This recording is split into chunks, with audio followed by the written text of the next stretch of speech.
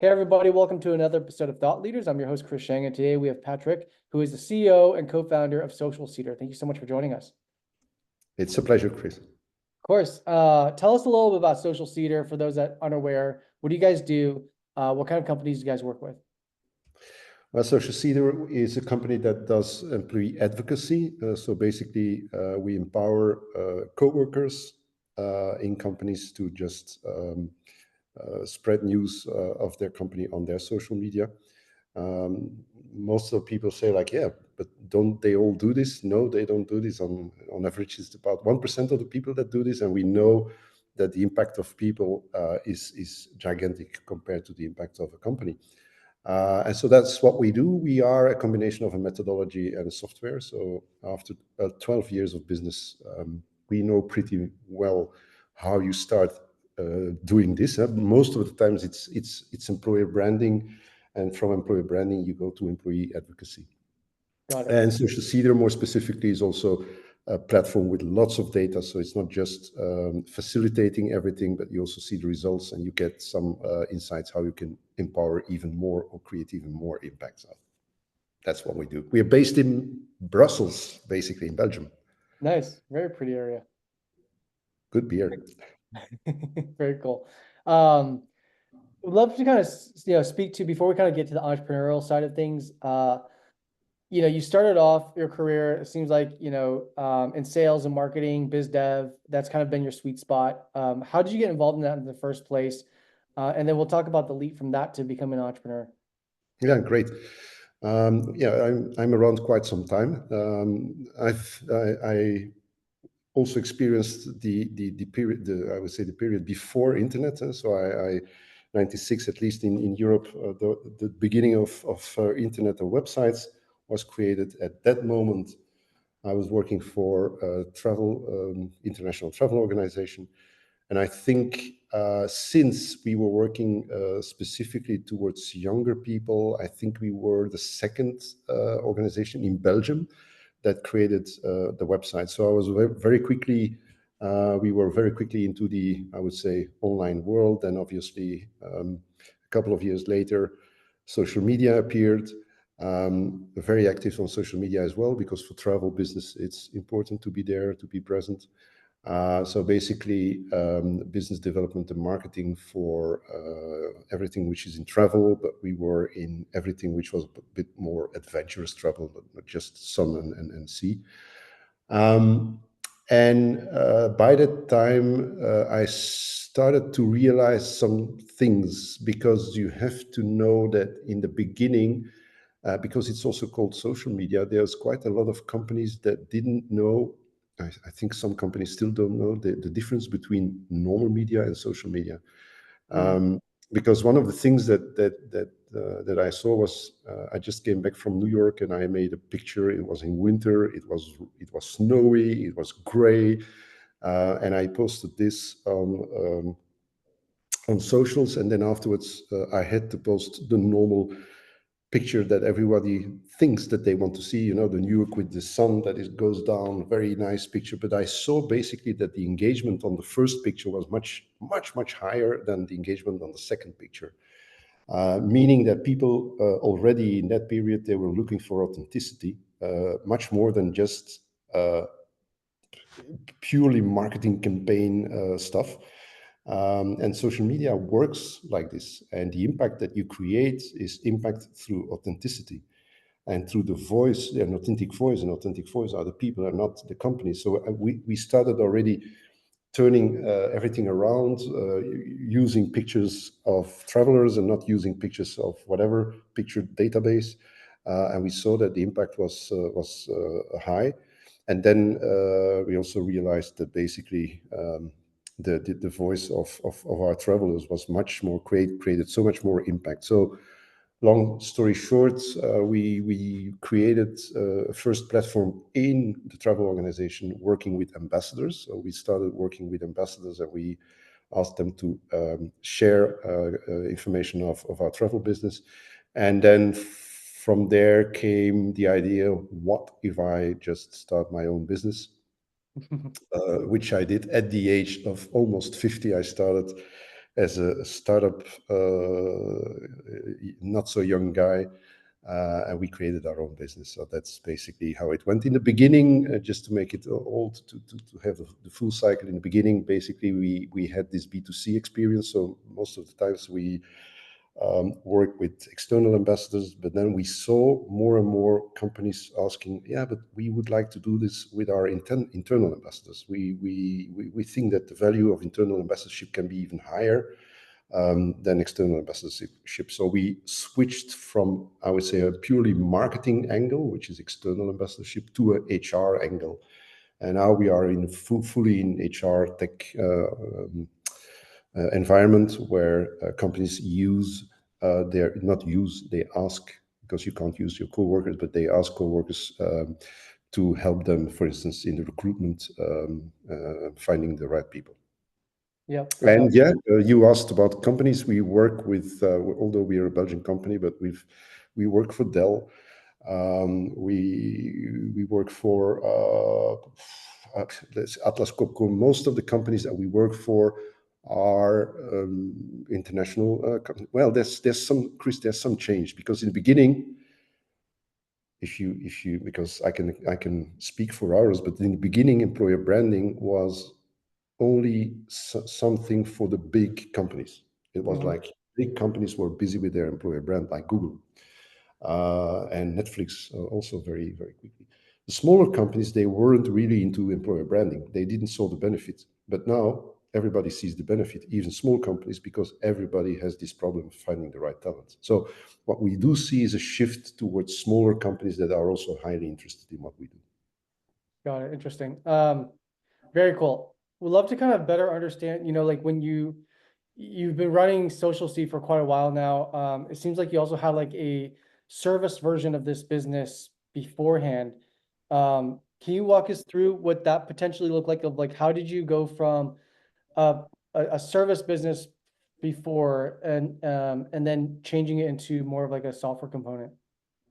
Yeah, basically we saw that the software component it's doing what it has to do, because it empowers people, it makes things easier. That's the software. But what we do see is that there's very little knowledge in HR how to start.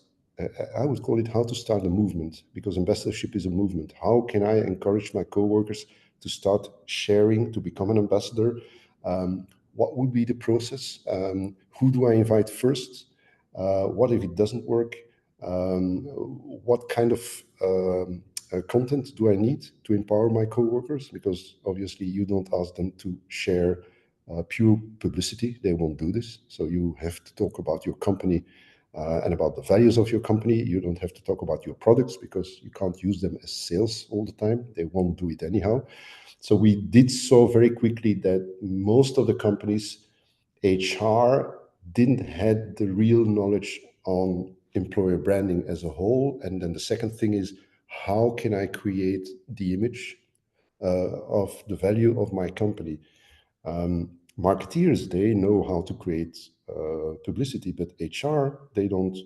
Most of the people, they never learned how to talk about a company.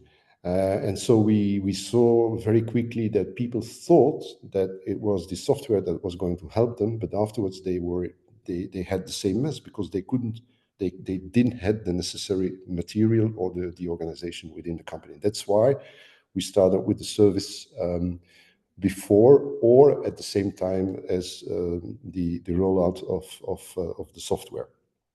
So we Got have it. quite a lot of companies where we enter, and we have different packages, but we have packages like, how do you empower your coworkers? How do you convince your management that employer branding is important? So all different modules, so that people that would like to start with it but don't have the necessary skills, they can still start with it with some support. Got it. Fair enough. Interesting. And what was, kind of going from working with an organization, and even though like, the role that you had before was very entrepreneurial, I feel like, in its own ways. But then like actually jumping into a CEO hat, like you wear a lot of different hats, especially in the very beginning before you start growing and able to expand the team and start delegating. what was that experience like? The first, 6 months to a year of starting Social Cedar and really kind of like moving into the scalable version of what the business is today. Very good question. The um, the thing is, the first 6 months or the first year or even a year and a half, it's just, you're an entrepreneur, so you're busy with the creative side of business, which I like. Obviously, that's why I did it a couple of times in my life. You don't care so much about structure. You just want to go, go, go, go, go. So that's I would say for me, that's the easy part. This is what I like. This is my hobby. Mhm. But then obviously, like you say, you start creating. There needs to be systems. There needs to be a structure. And I learned it from before my experience with my former jobs, that I have a certain amount of skills, but there's lots of things which I'm not good in. For instance, the financial part. Honestly, it's very important, but it's not really. It doesn't make me happy. So I think, and perhaps it's also because I wasn't junior, but at the time that I started my business, I knew what my uh, strong points were and where the weakness was. So I started immediately looking for people that could, just do what I can't do. And then you just have to let go, and you have to give them trust, and this is what we do. So I'm CEO, but there's quite a lot of things that are happening in the company, which obviously I see them, and I sign papers, but there's some people that help me for this. So it's not that I'm Mr. Always everywhere present guy. No. Yeah. And what would you say has been like I think especially as people level up and you're talking about, being a CEO, being able to delegate, it's a different set of skills that some people have it inherently and some people have to learn it. But in order to manage people, at that level, like I think a lot of the times in the C-suite or, if you go into a leadership position, it's about how you can communicate effectively to get buy-in from others around a specific mission or vision. And so how have you seen that skill set evolve for you over the years? And obviously, I think a lot of leaders are constantly trying to improve that because you're always dealing with different types of personalities, and you have to understand where their strengths and their weaknesses are, and but communicate in a way where they don't feel defensive about their beliefs and their own values. So how do you approach that? Well, the first thing, obviously, what I'm going to say is absolutely normal. But the first thing I discovered was, when you hire people, you have to be very honest in what you're doing. Um, it's a scale up now, but we were a startup, meaning that there has to be quite a lot of flexibility. It doesn't mean that you have to work day and night, but you Yeah. need lots of flexibility. You cannot hide. It's a very direct environment, so you need.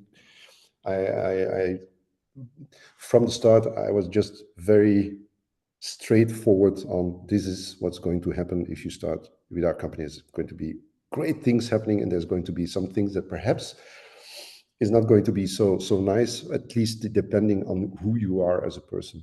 And that meant that we, not always, but most of the times, we hired the right people. That's the first thing.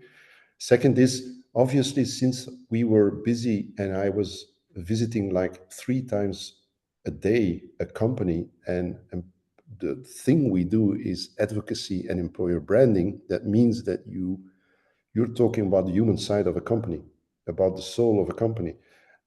So I also saw quite a lot of companies where you saw that there really was a spirit. There's like leaders that were sharing, that were encouraging their coworkers in their companies, where you saw just the opposite. So basically, I was also very lucky to be able to visit so many companies and to see the different cultures and see why does that company has a great culture, and why do people like to work for a company like this, and why do people dislike to work for another company. So that helped me obviously as well. And like everybody says, and I don't know whether it is true, but everybody says, like, Patrick, you are always enthusiastic in the morning, in the evening. And I think this is something that is absolutely needed from a leader, is to be positive, enthusiastic. It can be hard, it can be rough, but you need to keep your enthusiasm. Otherwise, you quit and you go and you do another job. And Yeah. that's something I see when people leave, because it's like this. People I lose people as well, but then the best, it makes my day when people say I'm leaving the best boss in my, the best boss I ever had. Well, that makes me very happy, obviously, Chris. So yeah. Got it. Very cool. Um, let's kind of speak to, how you decided on the idea for Social Cedar. I mean, it seems like a somewhat organic, realizing and working with people of influence from the agency side of things, and then, but when did that connection, I guess, like come about? And I know there's been a few iterations, and then kind of like now diving more into the HR side, and that evolution of like focusing in that department as the starting point for doing employee advocacy. But how did those different iterations come about? Like, were there like ever like epiphany moments as part of that journey? Yeah, there were certain moments, obviously, because again, I just explained that I came out of the travel business industry, meaning that also at that time we worked with influencers already. And I wasn't always 100% happy on influencers. And from there came the idea, but basically everybody is an influencer because everybody has at least one friend on social media, or Ali should have at least one friend on social media. So what if everybody becomes just an authentic influencer and not just the people that call themselves influencers? Isn't the voice of many more, doesn't that have more value than the voice of a few? And that was basically the idea that started to grow during the first, I would say, weeks of Social Cedar. Basically, the democratic principle, like everybody has a network. What if you use the network of every single person in your company? So that was the first real shift from marketing to HR. Mm, And then it grew, because then the next insight was that quite a lot of companies, it's a strange thing, but quite a lot of companies, they are very interested in their coworkers becoming an ambassador, but the C-level themselves, they are not even ambassadors. So that was the second insight. Sometimes it is very strange how a company is thinking. Lots of companies, they ask their coworkers to become an ambassador, but the CEO himself or herself is not even an ambassador for the company, which is, it's amazing to see that these things are still existing. But that's also why we have, again, these are all small examples just to say why the methodology is very important. Because if you start creating an advocacy program and the leadership is not even signed up as an ambassador, don't even think it's going to work. It's never going to work. mm, You always have to give the example, and basically that's an answer to your question before. As a CEO, you always have to give the example. It's tough, but it's, yeah. As long as you give the good example, I think there's quite a lot of people that will follow you.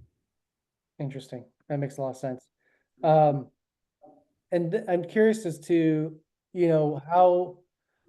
how did you go obviously, you guys are 10 years old now. You have a lot of international companies as customers. You mentioned Dell as one of them. Like, how did you go about the go-to-market side of things as a European company, first and foremost, that's again in Brussels, in Belgium? And how did you look at your go-to-market? And did you start off locally? Did you always start off internationally? And how did that differentiate in terms of like the different markets that you guys started to scale into? Also, a very good question. Basically, there's an advantage and there's a disadvantage of working in a small country like Belgium. We are a non-funded company, meaning that we had to do it with our own money that we put into the company. So obviously, we started locally. We couldn't even think of starting internationally. We didn't have the money. And so basically, the first thing you do is you go to these, knowing that you need to target the bigger companies, you go to the entities that have a Belgian office somewhere, and Dell, for instance, obviously they also have an office in Belgium, so you can go there. And then the second thing that is, I think, quite important is who you are as, and then I'm taking the hat of salesperson, who you are as a salesperson to be able to open these doors of these big companies and big banks. I've been trying quite some time since the beginning to have sales people around me. I don't know. It's not, it's probably it's not age, but you really need some experience, I think, to open these doors. The advantage that I had was when I started with Social Cedar, I already had a big network, and people knew me as somebody who's confident. They rely on me. I was doing another job, but I could already open some doors. And this is a real advantage, because if you start from scratch, it's very difficult. And then how does it turn out? If people are very happy with your software, they start, talking to each other, and then you have a second country that comes in, and then before you know it, you're working with headquarters of big companies. Got it. And could you walk through like kind of the timeline of what that looked like for you guys in terms of, when you first launched the product? And I'm also curious too, like when you went from the marketing to HR department and making that pivot in terms of who to target from a persona basis, did that change anything around your ICP as well? Or was that all kind of, it was just knowing that there was a different champion or that was involved within the organization? Yeah, we did, just to be 100% honest, we didn't do the shift in a day or a week, because that Yeah. would kill your company. So it's a gentle shift. We did it because we launched a new version with more insights for HR than the first version. So we offered, basically in the software, we offered more data that was suitable for HR and less data that was suitable for marketing. So we had the ones that were using us for marketing, they slowly went through, they left Social Cedar, honestly. And then we had the rise of the companies that were looking at the HR part. And it does mean a big difference also in your sales and go to market, because HR is they often call it a bit softer. You're not into pitches like in marketing. It's a complete, basically it's built on trust much more than marketing. I've always been into marketing. You're always into pitches. It's quite hard business. HR is also hard business, but the main advantage of HR is you work with the people, and it's about the people. So then the things are like support is very important. Knowing the person behind the software is very important. So that's where we could make the difference. And that's why basically also I decided, the moment that I switched to HR, we decided immediately to build also this support, to build further on our support, because we really wanted to be much closer to HR than was needed to marketing. Got it. Got it.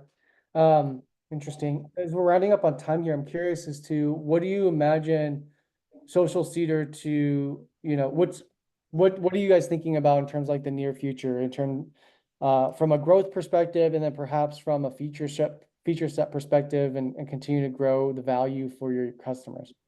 Mhm. Yeah, basically everybody's talking about it, but we know that AI is going to, it's not going to mess with it, but it's going to make it somewhat easier. So we are incorporating AI in software, but I think everybody's going to do that. So that's not a main differentiator. I do feel that companies are more and more looking for a full spectrum solution where you have engagement, advocacy, content creation, all these things that they are looking for one solution. We are hyper specialized in one thing. We decided to remain hyper specialized, which is now in our advantage. But I think in the near future, we will have to look at real partnerships, linking software together. We are not going to build it ourselves because I think that some software already exists and they are probably better than what we could create. So I think it's about creating partnerships to be able to support HR. Because the second, what I also see is, and this is really a pity, and I think it's the same in Europe than in the US. We see so many companies with problems on recruitment. They really, even their future is at stake because they don't find the right people. And yet you see that they can't get over the fact that you need employer branding and you need a value creation in your company, because once you create that, everything is going to switch. I also see that the support that you have to give to HR is becoming increasingly important. They Interesting. don't have time. They're always under pressure. Everybody is under pressure, but HR is also under pressure. And that's an interesting, just a side note, Chris, I'm absolutely convinced, and this is what I see all over the world, is HR becomes crucial. Before, HR was like more support. They always talked about sales and marketing, but now HR is becoming extremely important for a company. It's your human capital. And that's a good sign. That's a really good sign. It becomes into the center of the company, where before it was just a side thing like accounting. Yeah, fair enough. Um, awesome. I really appreciate you taking the time. And on that note, I think it's a great way to kind of end it. But yeah, thank you so much for joining us. I know from the other side of the world, it was a lot of great information, and I appreciate you sharing your journey. And nothing but the best to Social Cedar. That's great. I'm very happy to be able to attend this this event. Thank you, Chris. Awesome. Thank you.